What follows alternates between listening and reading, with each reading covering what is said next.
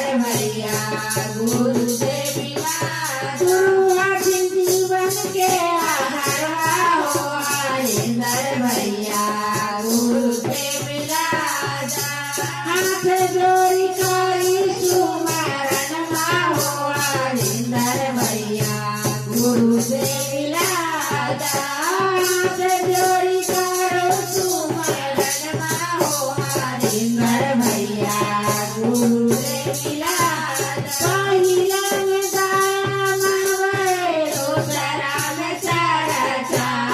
पहिला में दाया मनवे दूसरा में चर्चा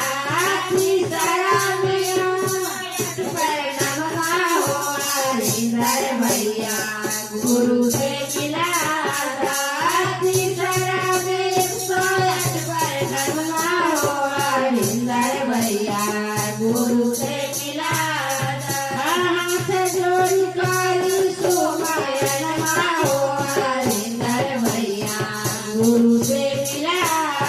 हाथ जोड़ी कर सुमरन हो हरिंदर भैया